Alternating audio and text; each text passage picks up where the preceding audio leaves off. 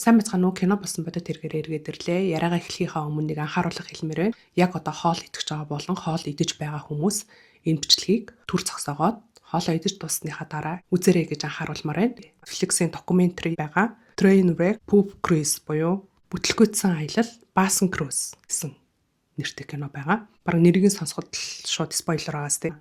Энэ докюментаригийн гол дүр нь болохоор Carnival гэдэг компани эзэмшилтэй байдаг Trump гэдэг нэртэй cruise хөлгөөнгөц байгаа. Энэ хөлгөөнгөц нь 50000 орчим хүн суулган зорчих боломжтой маш том хэмжээний хөлгөөнгөц байсан. Урт нь 272 м, өргөн нь 35 м орчим. Дөрвөн хөл хөмгийн талбайг нийлүүлсэнтэй тэнцвүүцсэн хэмжээтэй хөлгөөнгөц байсан. 1999 онд Carnival гэж компани Монгол мөнгөөр 1.4 их найд төгрөгийг зарцуулж энэ хөлгөөнгөцийг үйлдвэрлүүлсэн юм лээ. Мэдээж аялал зориулагдсан хөлгөөнгөц учраас зугаа цэнгэл зориулагдсан бүх үйлчлэгээ тэнд байсан. Кино, театр, тоглоомын газар, казино, хид хідэн бассейн, хид хідэн ресторан, бар, лаунж гэл хүмүүсийг зугаацуулах бүх зүйлээр тоноглогдсон хөлгөөнгөц байсан. Энэ хөлгөөнгөц 2013 оны 2 сарын 7-ноос Америкийн Техас мужийн зүүн өмнөд дээрхт оршдог Галвестон нэртэй бомтоос хөдлөөд 2 өдрийн турш далайд аялаад Мексикийн Козимел нэртэй эрэгт нэг өдрийг өнгөрөөгөөд буцаад оройн нь хөдлөөд Техаста эргэж ирэх тийм маршруттай хөлгөөнгөц байсан.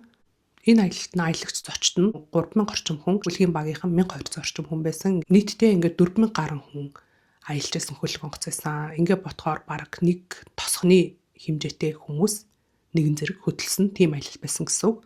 Круз аялал бол тансаг зэрэглэлийн аялал учраас энэ аяллаа үн хөлсөн ч гэсэн тийм хямдхан биш байсан. Ирж чихэн 4 өдөр зарцуулагдж байгаа аялал хэрнээ 2.5 сая орчим төгрөгийн төлбөртэй аялал байсан.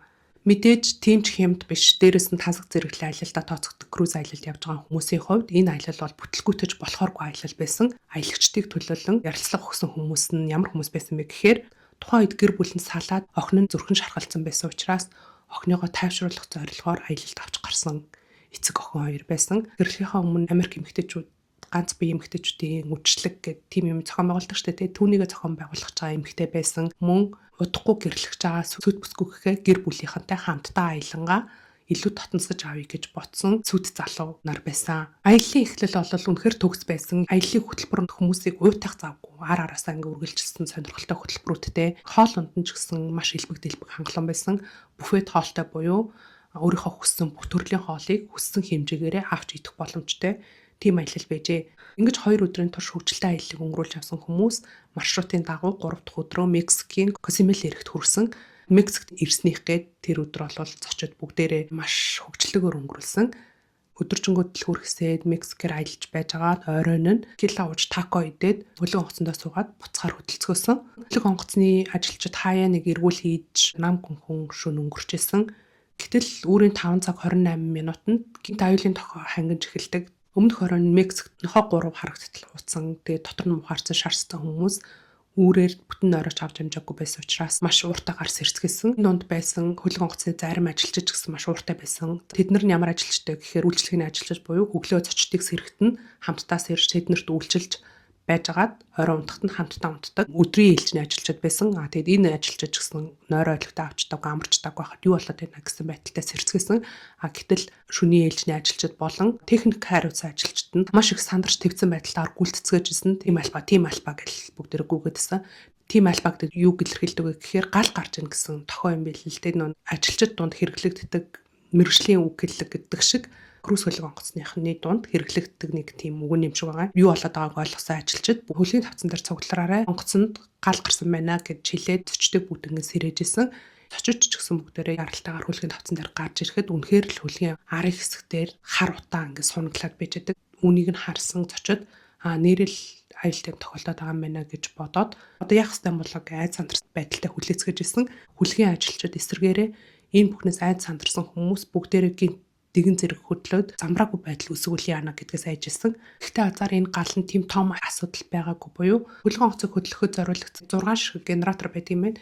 Тэр 6 генераторын нэгэнд нь гал гарсан байсан. 47 минутын дотор галыг унтраасан. 6 цаг 15 минутанд хөлгийн ахмад нэг генераторт гал гарсан. Түүнийг бид нар унтрааж чадсан. Цаана дахиад 5 генератор үлдсэн учраас бид нар аюулгүйгээр хүрэх хэвээр газараа хүрэх болно. Та бүгд битээ санаа зовоорой. Эргээд өрөө өрөндөө ороод унтаж болно. Хэрэг унтахыг хүсэхгүй байгаа бол өглөөний цай болон кофе бэлэн болсон. Ресторанд очиж өглөөний цай кофегоо уугаад өглөө эхлүүлэх хүмүүс байвал эхлүүлээрэ гэсэн тийм мэдгдлийг өгсөн байгаа. Цай, кофе, хоол ундны тухай яриад эхлэхээр хүмүүс шууд л тайвширч эхэлсэн. За тийм аюултай зүйл болоогүй байна. Ямар ч байсан ингээд арга хэмжээ аваа зохицуулсан юм байна. Тэгээгүйсэн бол юу хоол унд ярахтай мантай байх байлгүй гээд тайвширцгаагаад өрөндөө орхон орцоогоод өглөөний цайгаа ууцгаах нь ууж эхэлсэн. Гэсэн ч нэх их удаагүй байж итэл дараагийн асуудал гарч эхэлдэг. Гал унтарснаас цаг ч хүрээгүй хугацааны дараа гинэт бүх тог тасарсан. Харин энэ үед бол круиз аялалд олон удаа явсан туршлагатай ажилчид нь бол огтхонч айд сандраагүй мэдээж ямар нэгэн гал болон аюултай зүйл гарсны дараа хэсэг хугацаанд тог тасраад энэ хугацаанд тухайн үүссэн гэмтлийг нь засварлаад буцаад тог ирэх иймэрхүү асуудал зөндөө тохиолж байсан учраас тэдгээрийн нэг нь л гэж бодсон байгаа. Мэдээж 6 генераторын үүргийг 5 генератор гүйцэтгэж байгаа учраас маш их халсан баг. Хэсэгхэн хугацаанд хөргөөд буцаагаад тог ирэх байхаа гэж бодсон байсан. Харин зочдод бол огтхонч хүн дээр хүлээж аваагүй. Яагаад гэхээр тог тасарсан хэдий ч аюулгүй гарцыг заасан шат болон хан дээр ингээ байрлуулсан байдаг. Ногоон нён гэрэлтэй самбрууд байдаг. Тэр самбрууд нь бүгд хасаалтай байсан учраас энэ тогныг удахгүй ирчих юм шиг байна гэж бодсон. Гэтэл яг үнэндээ тэр гэрэлнүүд бүгдээрээ батарейтай байдаг юм лээ. Тогтой үед батарейнд нь цэник хурамтлагдчихж байгаа. Тог тасарсан үед хэдэн өдрөөр тэр гэрлийг хасаалтай байлгахад зориулагдсан. Тийм батарейтай байдаг юм лээ. Би ч гэсэн энэ докюментарийг үзчихэж тийм юм байт юм гэж мэдэж авсан. Түүнээс гадна аль хэдийн өглөөний цай ундаа ууцсан, кондишн ажиллагаа болоод өрөөнд дотор халуун болсон ч гэсэн хөлгийн тавцан дээр гарахад далайн сэрүүн салхисан үлдэж халууцсах ч зүйл байгаагүй. Гэхдээ хэдэн цаг өнгөрсний дараа асуудал өөр газраас ургаж эхэлсэн. Тэр нь юу байсан бэ гэхээр 0 ажиллагаа болсон. Ойлын ус татхад тог ямар хамаатай гэж бодож магадгүй. Гэхдээ энэ нь круиз учраас хамаатай юм билээ. Яагаад вэ гэхээр мэдээж тэр ус онгоц дээр байгаа нойлуудын бүх бохрыг нь торж авдаг тийм сорвол шиг цэвэрлэх системтэй байд юм л та. Цэвэрлэх систем нь тогоор ажилладаг. Тэр нь ажиллагаа болсон учраас хүмүүсийн гаргасан өтгөхнийг сорж авах боломжгүй болж эхэлсэн. Одоо эндээс хамгийн заваа юмнууд нь гарч эхэлнэ. Тийм учраас эхлээд би анхааруулсан байгаа шүү. Хоол бити дээрээгээд лаа асаах ч юм уу, уцны гэрлийг асаах ч юм уу гэх мэтчлэнгээр гэрэл тогны асуудлыг бол шийдвэрлэх боломжтой байсан хэдий ч нойлын асуудлыг шийднэ гэдэг бол маш хэцүү болж эхэлсэн. Эхэндээ бол зорчигчдын авсан арга хэмжээ нь бол маш амархан бүгд ойлгож байгаа бах тий. Тавцан дээр гараад тавцангаас гадагшаа шээцгэж эхэлсэн. Гэхдээ энэ нь бол эрэгтэй хүмүүст бол аюулгүй шүү дээ, мэдээж зогсож байгаад бидсчдэг учраас. Гэтэл эмэгтэй хүмүүс болохоор хөлгийн тавцангийн харшлаган дээр нь гард сууж байгаа юм уу? Харшлагнаас нь байрж ингэж сууж агаад бидсэх хэрэгтэй болж эхэлсэн. Тэгэхээр энэ нь бол маш аюултай байж таараа. Ингээд хөлгийн ажилчид дараагийн арга хэмжээг авч эхэлсэн. Тавцан дээрээс бидсэж болохгүй. Шээгж байгаа хүмүүс байх юм бол шүршүүрлүү шээгэрээ гэдэг тийм зөвлөгөө өгсөн. Харин хүндрэхгүй байх хичээгээрэй гэж хэлсэн. Мэдээж 5000 орчим хүн явж байгаа учраас хүндрэхгүй байх гэж байхгүй. Тэрнөх өдөр юу боллоо? Бүгд аимшигтэй шоуцсан, аимшигтэй идэж уцгаасан. Тэгээд өглөө болж байгаа учраас мэдээж хүмүүс хүндрэх шаардлагатай болж эхэлсэн. Иймэрхүү байдлаар хутаан дэсэх аргагүй байна гэдгийг ойлгосон хөлгийн ажилчид дараагийн арга хэмжээг авсан. Тэр нь юу байсан бэ гэхээр бүх хүмүүст ийм улаан утыг тарааж өгсөн. Энэ ямар зориулалттай ут вэ гэхээр тус биеийн шингэн лабораторийн дээж зэрэг вирус бактериар халдварлагдах боломжтой зүйлсийг хийж хаях зориулалттай тийм ут байсан. Яг ч аргагүй хүндрэх шаардлагатай болсон хүмүүс энэ уутанд хүндрээд энийхээ амийг нь сайтар боогоод коридорт гаргаж тавиарай. Хөлгийн ажилчид цоглуулан аваад бохрын хэсэг рүү зөөвөрлөх болно гэж тайлбарлсан. Тогны асуудал хэдхэн цагийн дараа шийдэгдэх баха үгүй маа гэхэд удалгүй хөлгөн онгоц бомбд очихж байгаа учраас ингэсгээд зохицуулахад болно хаа гэж бодсон. Гэтэл дараагийн асуудал нь гарч ирсэн. Хөлгийн моторыг ажиллуулж байсан тэжээл хүртэл энэ удаад дуусаад хөлгөн онгоц тэр чигээрээ ямар ч хөдөлгөөнгүй болоод далайн голд зогссон. 6 генератор байсан 5 зүгээр байсан гэж бол хэлжсэн да тий. Ягаад гэнэ ингээд бүр тог тасраад хөлгөн онгоцоо хөдлөхч боломжгүй болсон бэ гэхээр энэ хөлгөн онгоцыг анх ингээрлэхдээ 6 генераторын аль нэгэнд нь гал гарсан тохиолдолд галын аюулаас сэргийлэх зорилгоор автоматар бусад генератор өөрийгөө ажиллахаагүй болгох тийм зохион байгуулалттайгаар үйлдвэрлэгдсэн байсан юм билээ. Тэрийг мэдээж засварлаж болох байх гэж бодсон боловч гал гарсан генератор доторх бүх цахилгааны утаснууд нь шатсан байсан гэсэн. Тэгээ би ийм цахилгаан генератор энтертэй холбоотой асуудлыг сайн мэдэхгүй л амар чийсэн. Хөлгөн онгоцон дээр байгаа хүмүүс засварлах боломжгүй болсон байсан гэсэн үг байгаа. Хэдхэн цагийн дараа их газар төрчин эсвэл тог ирээд хөлгөн онгоцын янзлагч чинь гэж бодож байсан хүмүүс яаралтай яаралгүйгээс үл шалтгаалan нөгөө улаан утанда төгнө гаргаж эхэлсэн байсан. Энэ улаан утаар коридорт үрж эхэлсэн. Мэдээж эн чинь хүний өтгөн учраас хийг гарч эхэлнэ. Тэгээд хийгээр дүрээд энэ утнууд нь дэлбэрэхэд бэлэн болоод үлээдсэн шаар шиг том болцоож эхэлсэн. Энэ хийн уутандаа багтгаа болоод мэдээж гадагшилж эхэлсэн. Хичнээн сайн амын боосон байлаа ч гэсэн хий болол мэдээж гадагшлах зайгаа олж таараа. Тэгэхээр тэр коридорыг ямар болсныг нь та нар надаар хэлдэггүй бүгдээрээ мэдчихэж байгаа байх. Хөлгөн онгоцны мотор нь бүрэн зогссны дараа хөлгийн ахмад нь өөрийнхөө компани хоум пэйж дээр нь мэдээлэл оруулсан. Хөлгөн онгоцныг 6 генераторын нэг нь шатсан. Түүнээс болоод цахилгааны асуудал үүссэн, хөдөлгөөнд саатлал учирсан байгаа. Энэ бүгдийг шийдэхээр ажиллаж байна гэсэн мэдээллийг оруулсан байгаа. Тог тасарснаас болоод хөлгөн онгоцон дээр сүлжээ бариха болсон байсан. Ажилчид ч тэр, зорчигчид ч тэр гэр орныхонтойгоо болон бусад газартай холбогдох бүрэн боломжгүй болсон байсан учраас энэхүү мэдээллийг ар гэрээхнийг нь хараад эднэрт ийм нэг асуудал үүссэн юм байна, удахгүй ирэх юм байна гэд бодоод тавширцгаасан. Тэгээд энэ тухайн мэдээллийг нь CNN-ээр гаргахаар нэг сэтгүүлч бэлдсэн юм байлээ. Тэгтэл CNN-ийн редактор нь бид нар чи CNN штэ зүгээр нэг орон нутгийн телевиз байгаа штэ. Хөлгөн онгоцны эвдрэлийн тухай мэдээлэх шаардлага байна уу гэж хэлснээс болоод тэр мэдээллийг нь мэдээний шиг залтаас хассан байгаа юм. Хэрвээ мэдээгээр гаргасан байсан бол сайн дурынхан ч юм уу те эсвэл адилхан үйл ажиллагаа явуулдаг зарим нэг компани өөрсдийнхөө нэрийг гаргах зорилгоор ч юм уу тэд нарыг аврахаар очих байсан бах. Гэтэ мэдээгээр гараагүй учраас зөвхөн хоум пэйжийг харсан ар гэр бүлийнхнээс нөөр хүмүүс үнийг олж мэдээгүй. Өдрийн нэг цагийн үед компаниас нь буюу их газраас нь холбоо барьсан. Юу гэж хэлсэн бэ гэхээр Мексикийн иргэний албатай холбоо барьсан. Тэндээс чирэгч хөлгөн онгоц явуулна. Тэгээд та нарыг чирээд Мексикийн ирэг дээр ойчих болно. Та нар тэндээ очиод хөлгөн онгоц цацаад буцаад ирээрэй гэсэн тийм зааварчилгааг өгсөн. Гэхдээ энэ бүхэн нь яг төлөвлөгөөний дагуу явлаа гэхэд бүтэн нэг өдөр зарцуулагдахаар төлөвлөгөө байсан. Тэглээгээд яах ч үлээ тэ ямартай ч тэд нарыг аврах нэг арга олсон учраас нэг өдрийг бүгдээрээ бүрийгээд өнгөрөхөөр шийдсэн. Ганц өдөр юм чинь гээд орчигчдод болон ажилчид бүгдээрээ хүндрэх өнгөрөхөө аль болох хорцоохоор шийдцгээсэн. Кондишн ажиллагаагүй болсон учраас өрөөндөө унтах ямар ч боломжгүй болсон. Маш халуун байсан. Дээрээс нөгөө коридорт баахан улаан уттай юмнууд байсан учраас өнөр танараас нь болоод унтах ямар ч боломжгүй болсон. Зорчигчид бүгдээрээ матрасаа чирээд хөлгийн тавцан дээр гарч ирсэн. Мэдээж задгаа талаад байгаа хөлгөн онгоц учраас хөлгийн тавцан дээр маш их салхитай байсан. Тийм учраас хүмүүс аль болох бага салхилах хэсэгт очиж унтахыг хичээгээд унтах газрын төлөөх хэрүүл маргаан өрнөж эхэлсэн байгаа. Ингэж нэг зүдэргээтэй өдөр шөнийг өнгөрөөсний дараа маргааш өглөө болоход дахин нэг асуудал үүссэн. Тэр нь юу байсан бэ гэхээр мэдээж энэ хөлгөн онгоц 4000 гаруй хүний 4-5 өдрийн турш идэх хоол хүнсийг бүгднгийн нэгэн зэрэг бэлдээд авч гарсан байсан. Нэг өдрийн турш хөргөж ажиллагаагүй байснаас болоод эдгээр хоол хүнснүүд нь бүгдээрээ муудаж эхэлсэн. Тэгээд нөгөө улаан уттайнуудын үнэрнээс гадна муудсан хоол хүнсний үнэр та нар нэмэгдэж эхэлсэн. Муудсан бүх хүнсийг гаргаж хайсан. Тэр үед сэндвичний талах сонгонд помидор энэ 3 хүнсэл муудаггүйгээр үлдсэн байсан. Тоогооч нар нь энэ 3 хүнсээ ашиглаад маш олон сэндвичийг хийсэн. Тэгээд сэндвичээ хүмүүс тарааж эхэлсэн. Гэтэл энэ үед хүмүүсийн жинхэнэ авир нь гарч эхэлдэг. Яг одоогоор тэд нарыг аврах хөлгөн онгоц гих зүйл ирээгүй, хизээ ирэх нь тодорхойгүй байгаа учраас хэр утгыг мэдэхгүй, тийм учраас хоол хүнс байгаа дээр нөөцлөд авъя гэд нэг хүн нэгийг биш 7 8 9 10 хүртэл авч эхэлсэн. Харин зарим хүмүүс нь бол гаргах газар байхгүй гэдгээ тооцоолоод хоол хүнс яах вэ? Ямар ч байсан усаа нөөцлж авъя.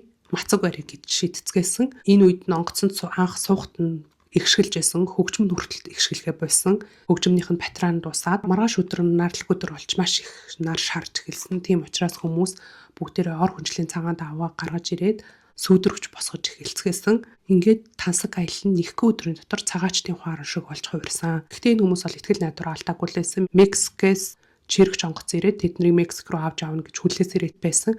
Гэтэл тийм зүйл болоогүй. Яагаад вэ гэхээр мөнгө төгрөгийн асуудлаас болоод энэ шийдэгдэхгүй байсан. Учир нь юу вэ гэхээр чирэгч онгоц тийш нь явуулахын тулд тухайн хөлөг онгоц хаана байгаа вэ гэдгийг тодорхойлох хэрэгтэй болсон. Гэтэл бүх монитор унтарсан байсан учраас хөлгийн ахмад өөрсдийгөө хаана байгаагаа хэлэх ямар ч боломжгүй байсан. Тийм учраас зөвхөн чирэгч онгоц биш, эрүүл хайгуулын багийг бас давхар гаргах хэрэгтэй болсон. Чирэгч онгоц, эрүүл хайгуулын баг, дээрэс нь тухайн хөлөг онгоцноор байгаа 4000 гаруй хүний хоол хүнс, усны хэрэгцээг нэгэн зэрэг аваад явхад маш их хэмжээний зардал гарахаар байсан. Мексикийн иргэн албаныхан энэ бүх зардлыг энэ Трумп хөлөг онгоцны эзэмшигч Карнивал компани бүрэн төлж барагдуулах уу гэдгийг нь тодорхой болгохын тулд гэрээ хэлэлцээр бичиг цаасны ажил хийх хэрэгтэй болсон. Энэ гэрээ хэлэлцээр бичиг цаасны ажлыг нь бүрэн зохицуулахад 1-2 өдрийг зарцуулнаа гэдэг тооцоо гарсан. Ингэж байх хооронд нь Трумп хөлөг онгоц руу нэгэн хөлөг онгоц ойртож ирдэг. Тэр нь Legend нэртэй хөлөг онгоц байсан. Түүнийг харсан зорчигчид заашгүй бид нарыг аврахаар ирж байгаа онгоц юм гэж боддог. Гэтэ тэр нь бол яг адилхан маршрутаар явдаг аяллийн хөлөг онгоц болж таарсан. Энэ Trump хөлөг онгоцыг бодох юм бол арай жоохон жижигхэн хэмжээтэй 3000 орчим хүн багтаадаг тийм хөлөг онгоц байсан юм билээ. Далайн хууль гэдэг хууль байд юм л да. Тэр ямар нэгэн тусламж хэрэгтэй байгаа хөлөг онгоцыг орхиж явж болохгүй гэдэг хууль гэдэг юм байна. Тиймээс хөдөлгөөнгөө зогсож байгаа тэр Trump хөлөг онгоцыг олж харсан. Энэ леженд хөлөг онгоц тэднэр рүү ортож очсон. Очоод юу тохиолдсныг нь олж сонссныхаа дараа бид нар болвол хөлөг онгоцныхоо яг багтаа хамжиг тултал нь хүнтэй явж байгаа. Тийм учраас та нарыг авч явах боломж байхгүй гэд хэсэг цэвэр ус болон хоол хүнсний нөөцөөсөө жоохныг өгөөд Trump хөлөг онгоц дээр байгаа яаралтай эмнэлгийн тусламж хэрэгтэй байгаа хідэн хүмүүсийг нь аваад цааш хөдөлсөн. Харин тэр хөлөг онгоцыг хөдөлгөөс нь өмнө Trump хөлөг онгоц дээр байсан хэсэг хүмүүс энэ хөлөг онгоцны Wi-Fi-г ашиглаад хэдүүлээ тусламж дуудъя гэдэг саналыг гаргасан. Тэгээ бүх хүмүүс уцаа гаргаж ирээд Wi-Fi асаагаад тайтал ашгүй хийдэг хүмүүсийн утсанд нь Wi-Fi холбогддог. Тэгээд тэр хүмүүс нь бүгдээрээ гэр орон руугаа залгаад бид нар тусламж хэрэгтэй байна. Бид нар далайн голд гатсан байгаа, тоггүй байгаа, усгүй байгаа, 0 дахь ямарч боломжгүй болсон бид нарт туслаач, бид нарыг авраач гэсэн тиймэрхүү мэдээллүүдийг хүргээд өөрсдийнхөө сошиал медиад постлсон. Ингэж байж нэг юм энэ хөлөг онгоцны асуудал нь CNN-ийн мэдээгээр гарахаар болсон. CNN энэ хөлөг онгоцны тухай бүх мэдээллийг цацсны дараа мэдээж жижиг телевиз болон мэдээллийн хэрэгслүүд ч гэсэн энэ асуудлыг бүгднийг мэдээлсэн. Үүнээс болоод нэг өдрийн дотор Америкийн бүх хэвлэл мэдээллийн хэрэгслүүдээр Trump-ийн тухай мэдээлэл цацагдаж эхэлсэн. Энэ үед энэ Trump хөлөг онгоцны асуудал нь нэг хүний анхааралд маш их өртдөг. Frank Spagnoletti гэдэг нэртэй өмгөөлөгч байсан. Энэ өмгөөлөгчд Carnival гэдэг нэртэй энэ компани тухай хэд хэдэн асуудал ирж байсан юм л л дээ. Яг энэ бүхнийг нь олж мэдсэн өмгөөлөгч олон нийтийн хэрэгслэр энэ тухайн ярьж эхэлсэн. Carnival компанид бол ийм төрлийн асуудал анх удаага үүсэж байгаа биш ээ. Өмнө нь ч гэсэн үүсдэг байсан. Эннийхээ талаар ямар ч арга хэмжээ аваагүйгээс болоод ийм зүйл үүслээ гэдэг асуудлыг ярьж эхэлсэн. Мэргэжилтэн гарч ирээд өөрсдийнх нь компани тухай яриад эхэлсэн учраас компани нь маш хурдан арга хэмжээ авахар хөдөлж эхэлсэн. Харин энэ үед хөлөг онгоц нь баг-багаар далайн давлгаанд түргцээр байгаад Мексикийн эргээс холдоод Америк иргэд илүү ойртон ирсэн байсан. Тийм учраас Мексикийн эргийн албаныханд илүү мөнгө төлж авахаар өөрсдөө чирэгч хөлөг онгоц хөслөөд эндээсээ очиод авсан нь илүү хямдхан тусах юм байна гэж шийдсэн. Тэгээд Америк ирэг дээрээс чирэгч хөлөг онгоц аваад очихоор болсон. Тэрэнд нь дахиад 1-2 өдөр зарцуулагдах тооцоол гарсан. Энэ мэдээг сонссон хөлгийн зорчигчид бараг л галзуурхаа шахсан.